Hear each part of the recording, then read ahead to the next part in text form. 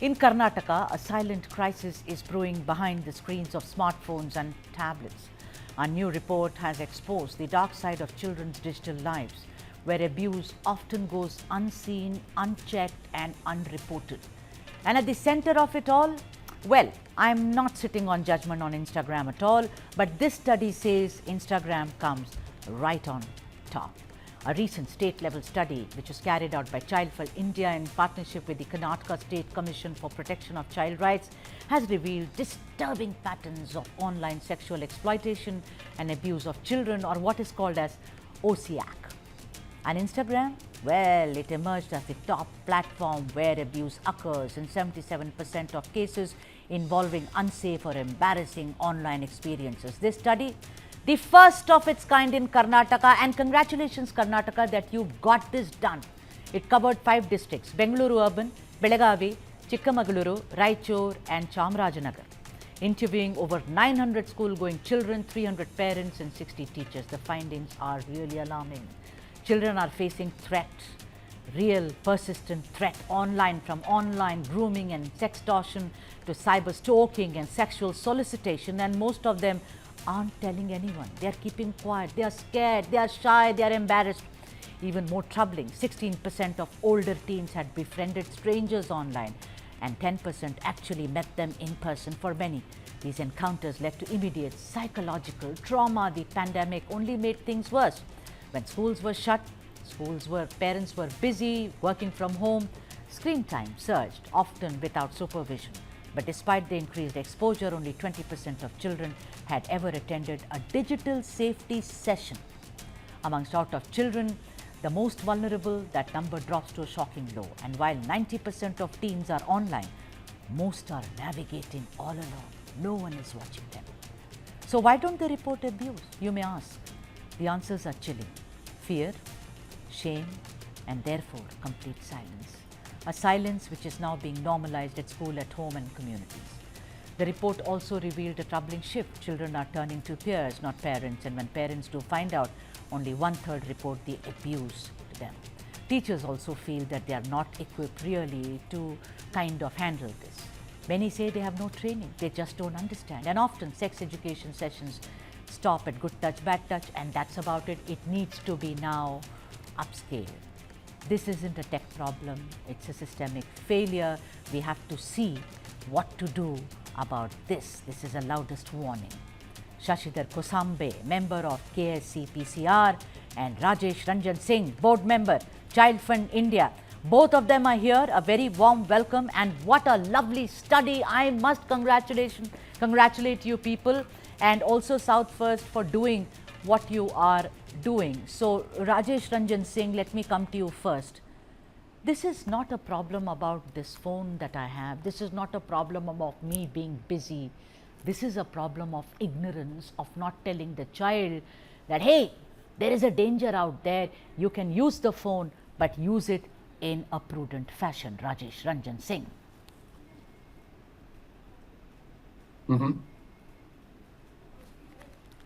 Can you hear me, Rajesh Ranjan? We also have Brinda Adige, by the way, women's rights activist. Hi, Brinda, I just saw you.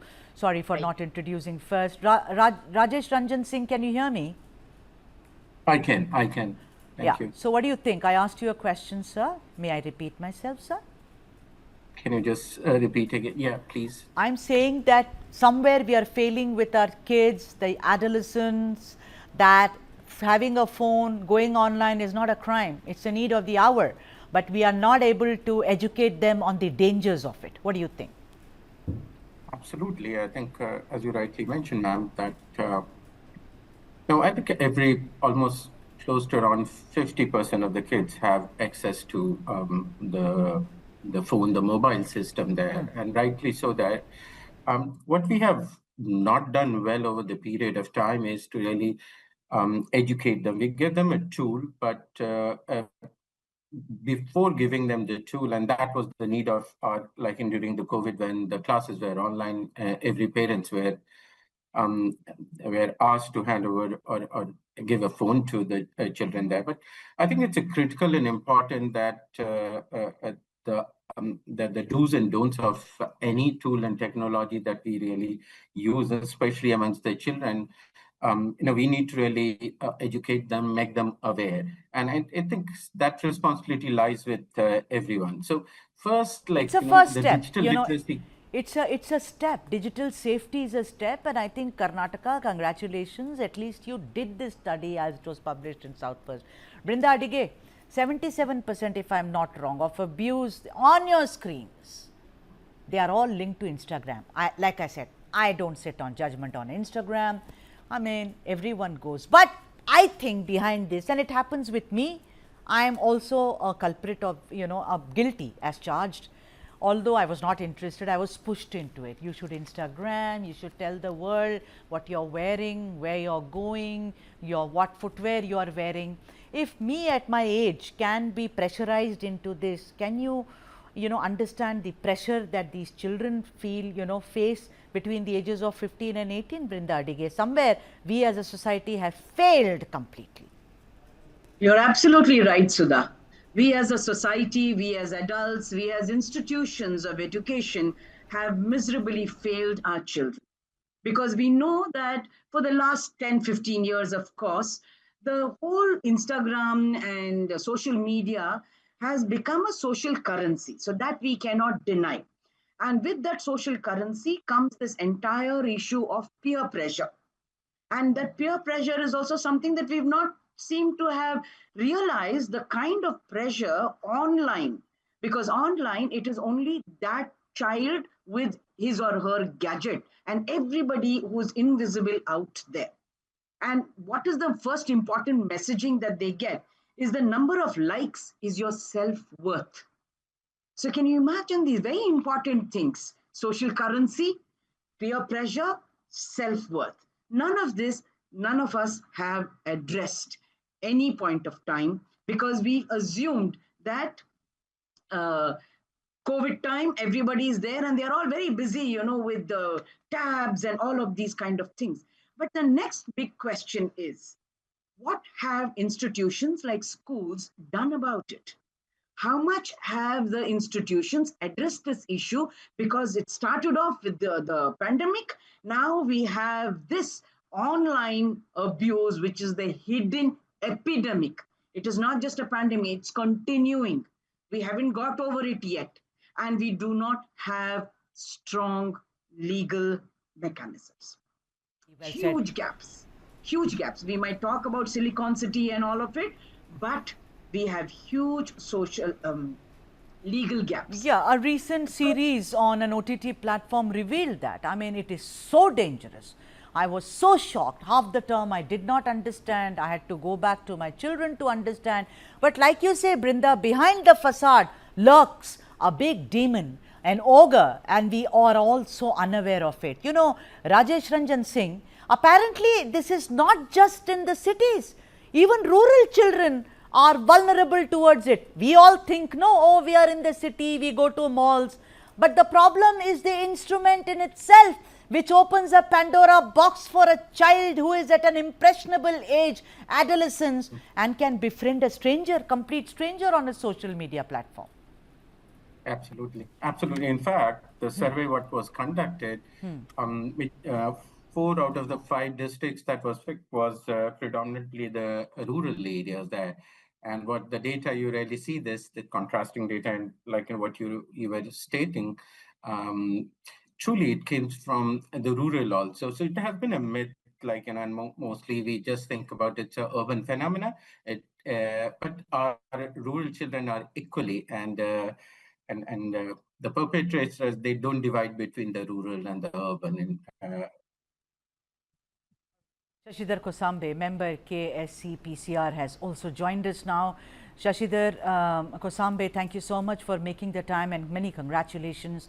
This is such an important study.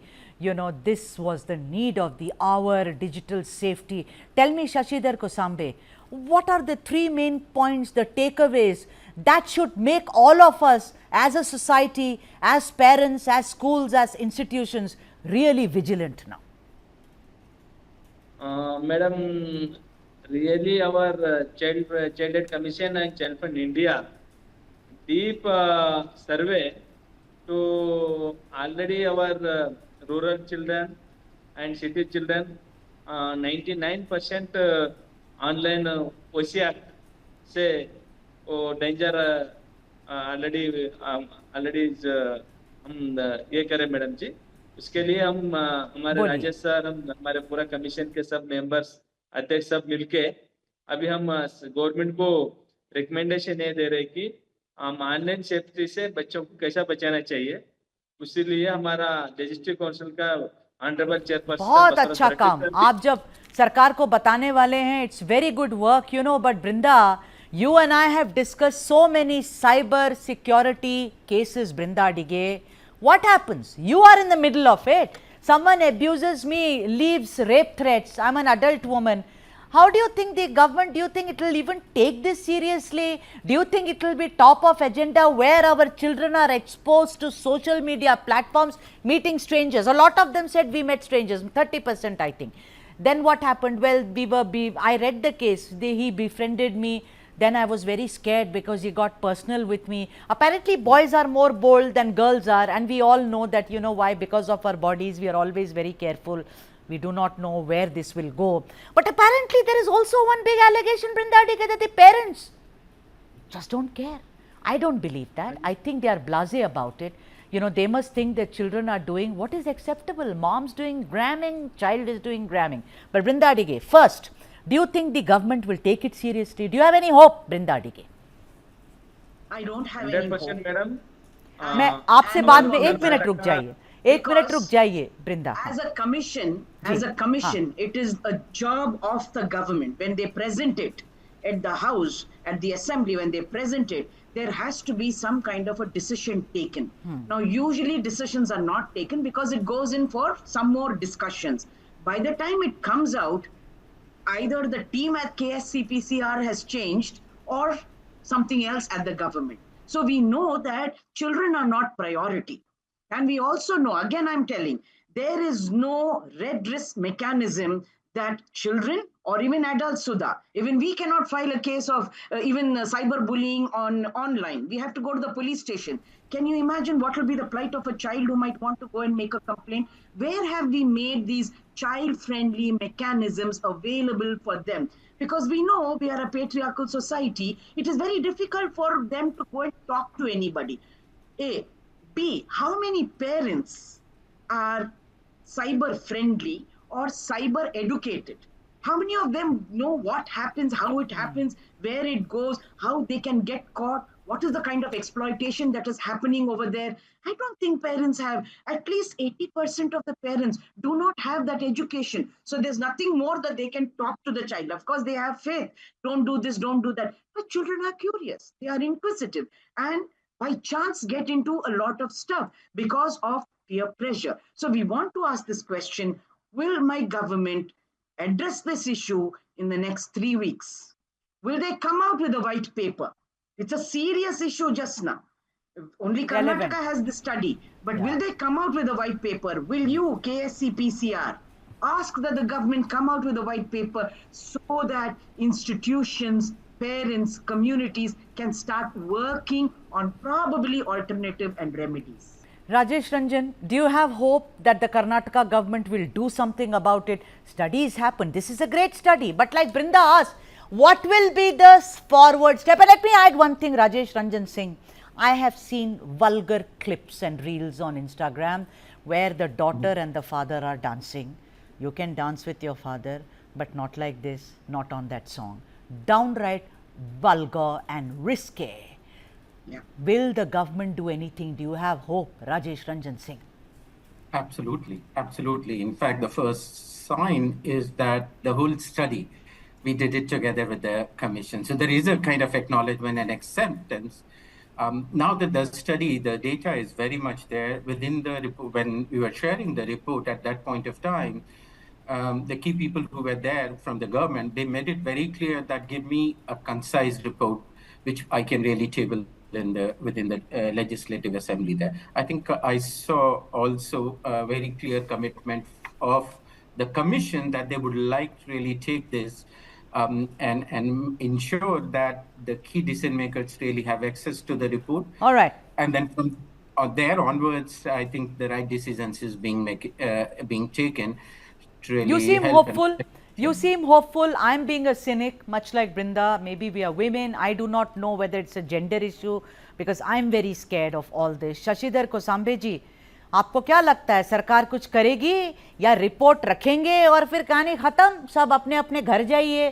क्योंकि मैंने जैसे कहा, जब तक आप parents को अवगत नहीं करेंगे, उनको नहीं बताएंगे कि ये डेंजर है, पैनिक नहीं क्रिएट करना है, उनको आगाह करना है, तब तक कुछ नहीं होगा। शशिधर जी, आप बोलने का 100% करेक्ट है मैडम जी।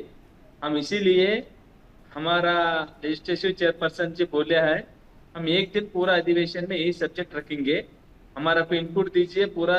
हम एक दिन अधिवेशन में चर्चा करके गवर्नमेंट को हम बताएंगे, गवर्नमेंट को हम रिपोर्ट करेंगे, गवर्नमेंट को हम रिकमेंड करेंगे और ये पूरा जल्द से जल्द हम पूरा बच्चों को सेव करने के लिए task force committee, advisory committee और पूरा हमारे जो पुलिस डिपार्टमेंट, उसमें आईटी, साइबर क्राइम, सब जो आईटी डिपार्टमेंट का सेक्शन 67 बी, उसको स्ट्रांग करने के लिए सब ये तरीका के हमारे चाइल्ड फ्रेंड इंडिया के हम सब मिलके उम्मीद है ऑलरेडी एक इससे, मीटिंग हुआ आई है। Hope something comes out of it when you are saying Brinda Adige, one of the most important aspects of this report is they are scared, they are shy and they are withdrawn. If suppose a child, a 16-year-old girl meets a stranger, befriends him, then it goes bad. She keeps quiet. She doesn't tell her mother, she doesn't tell her school, she doesn't tell anyone. Now if you drag that child to a police station, the stigma will be double. Do you think your society and my society that we belong to, do we think we have the wherewithal to protect our children at all from this stigma? How many parents will come forward, Brinda, of saying that my girl met a stranger, had a bit of a, kind of just a chat, and then it had to, everyone will jump at you. What are you doing? Your mother, your responsibility, you are a bad mother. Don't you think all these are reality checks? Absolutely. And we know that it is a problem even for older adult women to come and make that report to the police station for anything. Even street sexual harassment is a huge challenge. In this kind of a situation, getting young girls to come and report, because we know that the reporting mechanism is not child friendly just now. When they want to do it child friendly, how they are going to do that child friendly, all those are big questions to be asked. Because we know that 1098 is also now with the government. Earlier it used to be with NGOs, and so you had counselors and social workers responding to it. Now you have the police responding to it. And from your study, has there been any recommendation to the tech companies like Instagram and other social media? What is their responsibility? In other countries, these tech companies have a responsibility and are accountable to the government. But in our country, because of the gaps in policy as well as in laws, they are not made accountable at all. So this is also a question I have to ask to you when you made the study. What is the recommendation that you've given to tech companies who manage these social media?